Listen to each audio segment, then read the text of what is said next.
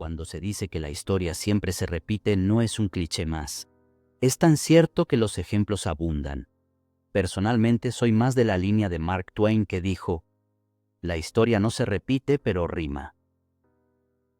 Hoy vamos a contar dos historias que se distancian 800 años entre ellas, pero tiene tantas coincidencias que no cabe duda que en verdad se repite o rima. La una sucedió en la Baja Edad Media y la otra es actual. La una es en Francia, esa pequeña luz que intentaba guiar a un decadente mundo occidental. La otra es en Estados Unidos, el actual imperio hegemónico de un occidente en decadencia. En el comienzo del siglo XIV ocurrió una de las tramas más siniestras de la historia.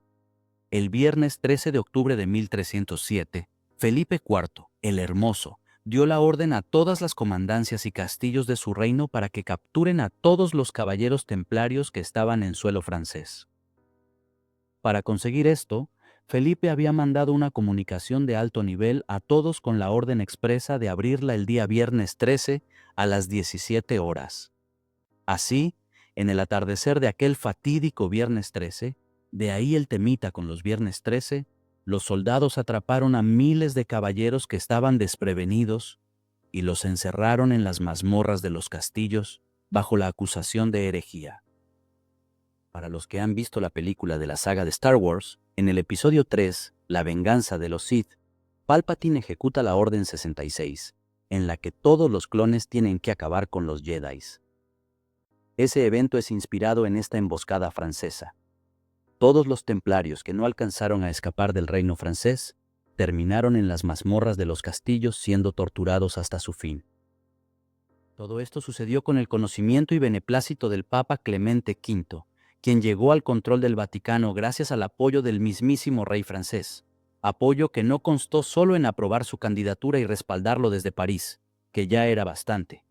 Pero no. El tirano se tomó la molestia de abrirle el camino, encargándose personalmente de la muerte de 2 papas anteriores hasta que pueda sentar a su títere. Así, Clemente llegaba al puesto más importante en el clero, sabiendo los riesgos que corría si no se alineaba con Felipe.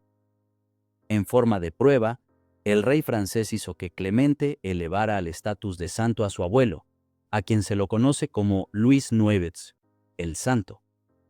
Una vez confirmado el acople del Papa en la artimaña, el rey Felipe junto a Guillaume de Nogaret, un noble incondicional a Felipe y que apoyaba la trama, crearon un escenario para cambiar la percepción que tenía el pueblo sobre la orden.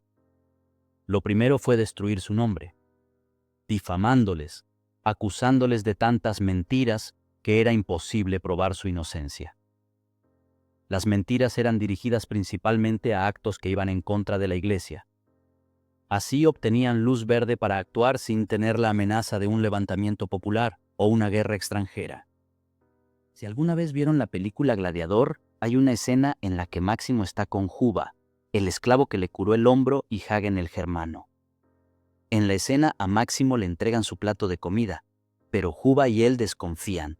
Hagen usa su cuchara para probarla y se hace el envenenado. Luego los tres ríen y Juba dice a Máximo: «Tienes un gran nombre, Máximo. Tendrán que acabar con tu nombre antes de acabar contigo».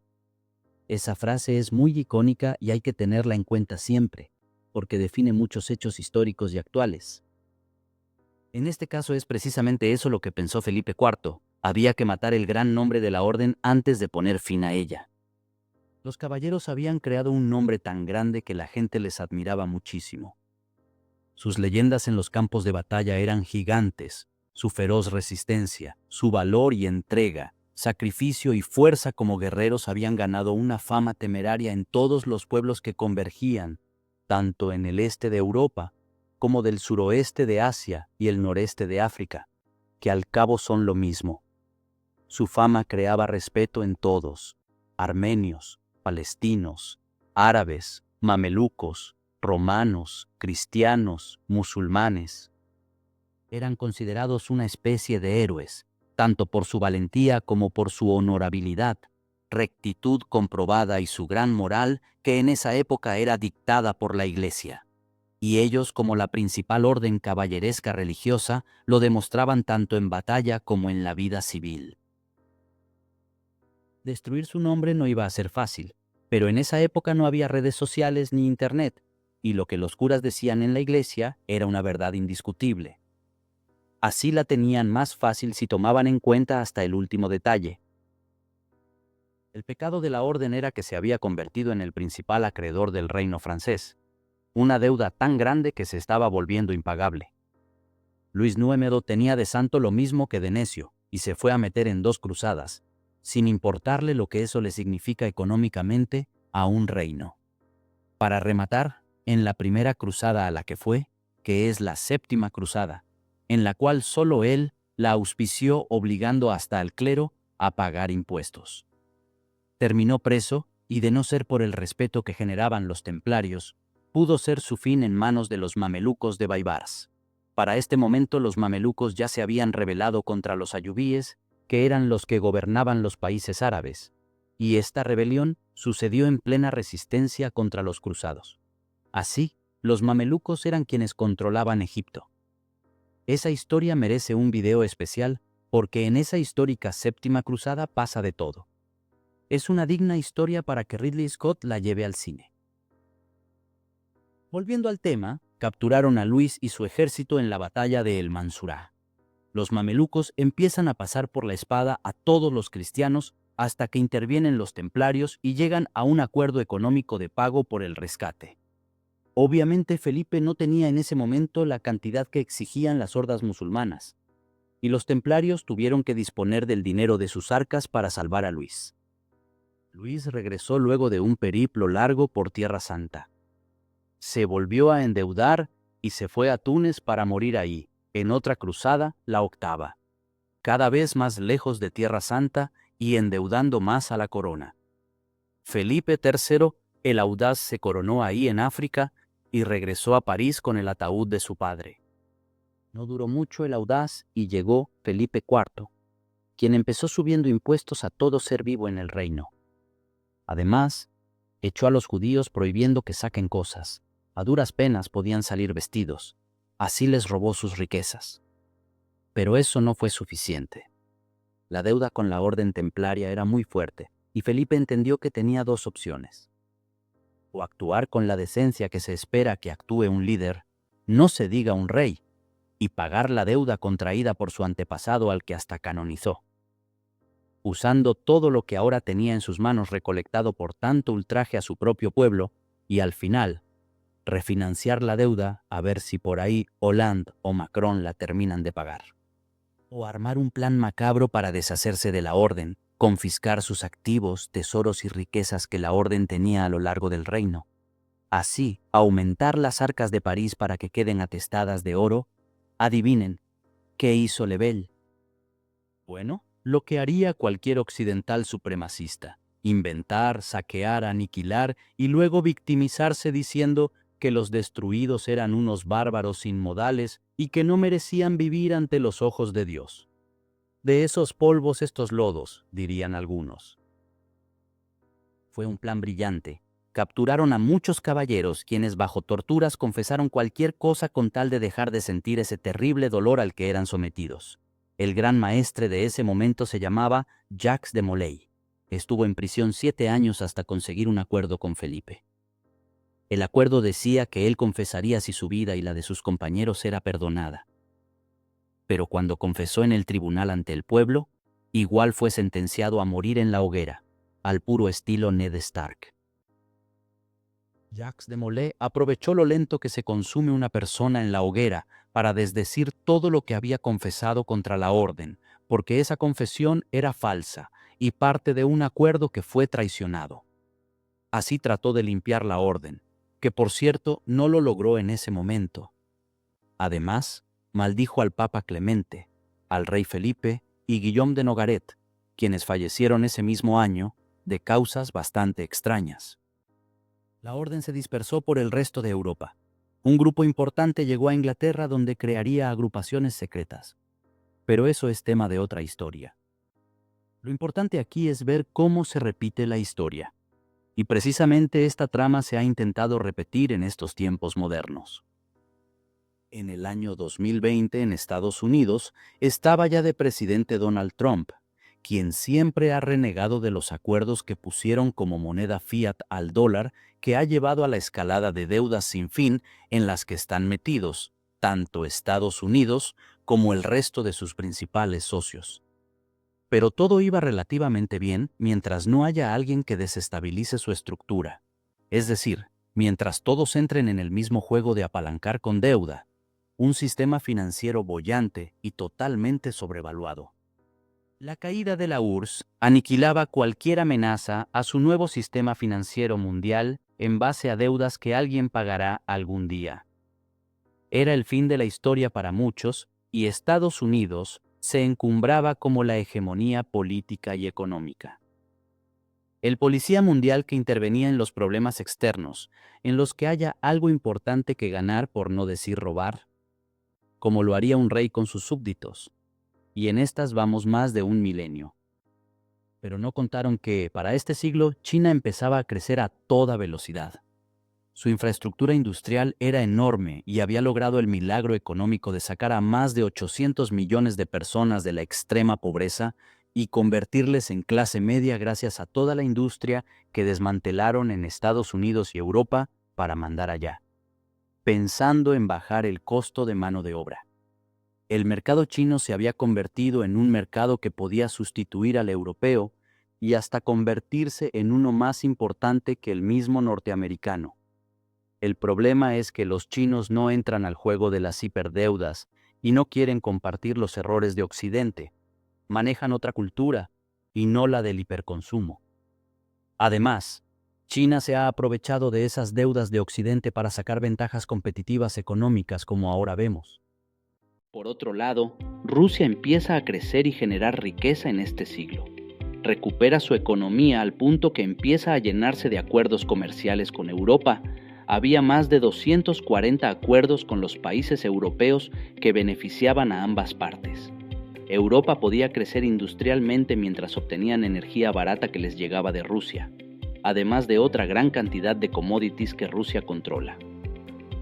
Por su parte, Rusia se desarrollaba en todos los ámbitos posibles, desempolvando investigaciones de desarrollo científico de la época soviética que fue desestimada por Occidente y hoy se dan cuenta.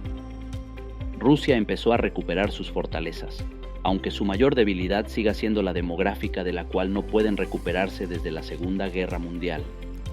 Rusia ha logrado desarrollar tanto en algunos aspectos que empujó a la OTAN a llevarla a una guerra de desgaste para frenarla, aunque la terminaron impulsando más. Pero de eso hablaremos en otros videos. Además, empiezan a aparecer en escena nuevos países en proceso de desarrollo que amenazan la estructura financiera de Occidente.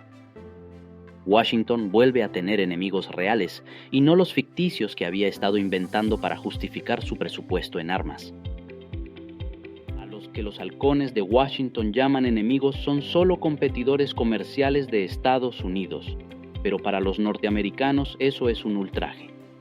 Nadie puede osar ponerse a la altura de su hegemonía, y cualquiera que suba peldaños más rápido que ellos, en el ámbito que sea, serán considerados enemigos. China concentra la mayoría de rubros de tecnología crítica, según el ASPI, Australian Strategic Policy Institute, un think tank australiano especialista en ello. Según la investigación, China domina 48 de los 54 rubros. Su desarrollo no solo amenaza la economía, la industria, el comercio, también amenaza con acaparar toda la tecnología de impacto, y esto sería el jaque mate a Washington. Obama ya había empezado una guerra comercial con China con algunos impuestos y aranceles, pero Trump desarrolló tanto esta guerra comercial que hubo momentos de declaraciones altisonantes tan fuertes que obligaron a China a apresurar su desarrollo bélico. Incluso usó un proyectil hipersónico que dio una vuelta completa a la Tierra de norte a sur, sorprendiendo a todos en Estados Unidos, incluidos los halcones. Hasta la Rand Corporation en el año 2019 ya apuntaba a China como su principal amenaza. Para Trump era inaudito cómo Estados Unidos se había desindustrializado. Además, la deuda impagable se volvía un lastre para su país y el mayor tenedor de esa deuda era el gobierno chino. Así que Trump tuvo una idea: Sinceramente no creo que alguien le haya contado la historia de Felipe, o algún asesor suyo se basó en esa historia para crear la estrategia. Pero la trama que Trump intentó contra China fue demasiado parecida. Y es aquí donde la historia empieza a rimar. Trump, al puro estilo de Felipe IV, buscó una forma de comenzar a desconocer esa deuda, para después golpear la economía china. Además, necesitaba que el golpe sea tan letal que ponga a todo el planeta en contra de China, rompiendo así acuerdos, negocios, inversiones. La idea era que China no solo frene su crecimiento económico, también se buscaba una contracción en su mercado, comercio, desarrollo, etc. Para Felipe IV, el epicentro del ataque a los templarios fue la herejía. Para Trump, ese epicentro estaba en una de las armas más fuertes que aún mantiene Estados Unidos y que al parecer todavía domina. Al parecer, nos referimos a los bichos manipulados. La idea en este caso fue crear una pandemia en base a un simulacro desarrollado por Bill Gates en 2018 con un bicho que ellos ya lo controlaban en sus laboratorios clandestinos. Implantarlo en China, tacharlo de mortal y que el resto siga su curso. Mientras se ponía a punto el plan, durante el año 2019 se supo de gripes no convencionales en varias ciudades y estados de Estados Unidos. Muchas veces se las relacionaba con los vapes que empezaban a ganar popularidad como competencia del cigarrillo clásico. Pero hubo más casos de gripes extrañas que las justificaciones que se pudo dar. Coincidencialmente, en agosto del 2019, en la ciudad de Wuhan, en la provincia de Hubei, en China, se llevó a cabo los Juegos Olímpicos Militares, un evento que se realiza cada 4 años desde 1995. Cuando llegó la Armada norteamericana, muchos de los atletas militares no pudieron bajar de los barcos porque estaban muy enfermos, con síntomas de una gripe muy poco común. Luego se produjo el intercambio deportivo y algunos meses después se presentaron los primeros casos del bicho que todos vimos en China. Vale recalcar que en este canal no creemos en las coincidencias. A partir de ahí, y cuando Estados Unidos confirmó que el bicho se había sembrado y empezaba a desatarse, desde Washington empezaron con una presión incesante contra China para que cierre fronteras, se aísle del mundo en todo tipo de intercambio y acepte que tiene un bicho que se les fue de las manos. Enseguida Estados Unidos dio una alerta roja al planeta mediante la OMS alertando sobre el bicho, e incluso sacaron la teoría absurda de que un chino en Wuhan había comido un murciélago y por eso el bicho mutó. Hasta hoy, abril del 2025, no hay una idea clara de dónde empezó el bicho. Nadie sabe dónde está el paciente cero, o en palabras occidentales, el chino que se comió el murciélago. Pero lo que sí es claro es que en China lograron controlar el problema pronto y no llegó a todo el país. Luego, dieron una demostración de su tecnología para detectar posibles pacientes de manera muy anticipada, incluso usando perros robots para detectar el bicho con la gente en las calles. Demostraron su capacidad de construcción al terminar un hospital de más de 60 pisos en menos de 30 días. Además, mandaron brigadas médicas para ayudar en otros países en distintos continentes, incluso países aliados de Washington como Italia. Por otro lado, la Unión Europea nunca estuvo más desunida que en este momento. Las discusiones e injusticias sobre a qué socio ayudar y a qué socio no hizo que la Unión Europea esté más desunida que nunca. Trump se pasó llamando al bicho como el bicho chino para posicionar la narrativa de que fueron ellos los que lo crearon y se encargaron de distribuirlo por el planeta por ser negligentes. Buscó que el mundo entero los señale y se aleje de ellos. Trump usó un discurso para pedir a China que indemnice al planeta por su pandemia. Hasta dio una cifra. Dijo que debería pagar $10 billones, trillones en Estados Unidos, 2 a Washington, con lo que se pagaría la deuda completa que ellos mantenían con Pekín y el resto que se reparte el mundo entero. Lamentablemente para las intenciones de Trump, el momento no fue el adecuado. La campaña para rechazar a los asiáticos se vio truncada cuando China empezó a responder contrarrestando al bicho en su país. Y no contentos con eso, llegaron con sus vacunas gratuitas a la mayor cantidad de países posible. reduciendo así el negocio secundario del que se estaban aprovechando las farmacéuticas norteamericanas. Negocio en el cual se usó una vacuna en proceso de experimentación que modificaba el ARN de la persona para crear una defensa autoinmune. Esa vacuna debería haber pasado por una fase de prueba de más de 10 años por lo menos, pero la presión geopolítica de Washington obligó a sus socios a prohibir las vacunas que no sean gringas por más que lleguen gratis y bajo un estándar conocido. Además, Washington aprovechó su peso internacional para obligar a sus socios a conceder todos los acuerdos que eviten responsabilidad a las farmacéuticas en posibles futuros daños secundarios. No contentos con eso, la infame Ursula von der Leyen compró 10 veces más vacunas de las que Europa necesitaba. 10. Es por eso que en Europa está dilatado, pero hay un proceso contra ella, el famoso Pfizergate. Recordemos que Ursulita ya tiene pausado un proceso parecido en Alemania, con la compra de unas armas en la que estuvo de intermediario su propio esposo, cuando ella era ministra de Defensa.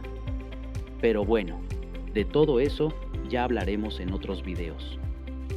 Por otro lado, Europa estaba tan dividida y ocupada peleando entre ella que ni se enteró de lo que Trump estaba intentando. Además, si Europa estaba alertada con el plan de Trump, tampoco hubieran apoyado con mucha gana por el solo hecho de ser un plan de Trump, quien siempre se ha llevado mal con los gobiernos woke europeos. Gobiernos que, valga decir, cada vez son más peligrosos para sus propios países en el viejo continente. Todos los líderes en Europa habían tenido malos ratos con el gringo al punto que, estoy seguro, ninguno hubiera cerrado filas en esta trama. Al final, lo que se descongeló hoy, gracias a la llegada de Trump, fue un juicio en Tennessee, en el que se acusó a China de ser responsable del bicho y lo sentenciaron a una indemnización de alrededor de $12,000 millones, un 0,6% de lo que buscaba Trump. Pero es algo. Fue tan desestimado ese sainete que China no envió a nadie a la lectura final del juicio. Pero lo que sí le preocupa a Pekín es que en esa indemnización hay tierras productivas, que es un activo de producción chino. Además, puede que aquí haya un efecto de bola de nieve que incluso termine con la incautación de más activos, confiscación de reservas y desconocimiento de la deuda. Trump es muy capaz de hacerlo, pese a que eso significaría un cisma financiero tan grande que podría colapsar a los mismos Estados Unidos. A esto me refiero cuando digo que la historia rima. No se repitió la historia porque Trump aún no se sale con la suya, pero la intención sigue y al parecer no va a parar. Se viene la guerra de aranceles y China ya advirtió que tiene la capacidad de devolver cada golpe que Washington suelte, con la misma fuerza y en la misma simetría en el área que sea. En China hay muchos activos norteamericanos también que Pekín podría echar mano, aunque China está buscando diferenciarse de Trump y de toda la anglósfera. No le funcionó a Trump en la administración pasada y China salió más fuerte después de todo. Luego a Trump le fue tan mal que perdió la elección siguiente, pero tuvo 4 años para planificar una nueva estrategia. Tiene nuevos actores, entendió que fue traicionado en muchas áreas críticas y ahora intentará no correr esa suerte nuevamente. Trump quiere acabar con todo lo que a la cultura woke se refiere en el camino de recuperar la economía norteamericana. Además, busca ganar en todos los acuerdos bilaterales con todos los países. Eso es lo que estamos viendo actualmente. Trump ahora viene recargado, con más complejidad en sus movimientos y con 4 años de planificación en la espalda que le avalan un mejor escenario y quizás un mejor desenlace. O quizás no. Pero eso lo veremos en un próximo video, donde explicaremos la nueva trama del actual presidente Donald Trump, la complejidad en la que está entrando y lo que parece ser su derrotero para poder recuperar la industria norteamericana al costo que sea. Para los que han llegado hasta acá, solo nos queda agradecerles y si el video les ha gustado y piensan que les puede ser de utilidad, pedirles que se suscriban al canal y nos apoyen con el pulgar arriba. Besos y abrazos a discreción para todos, hasta la próxima.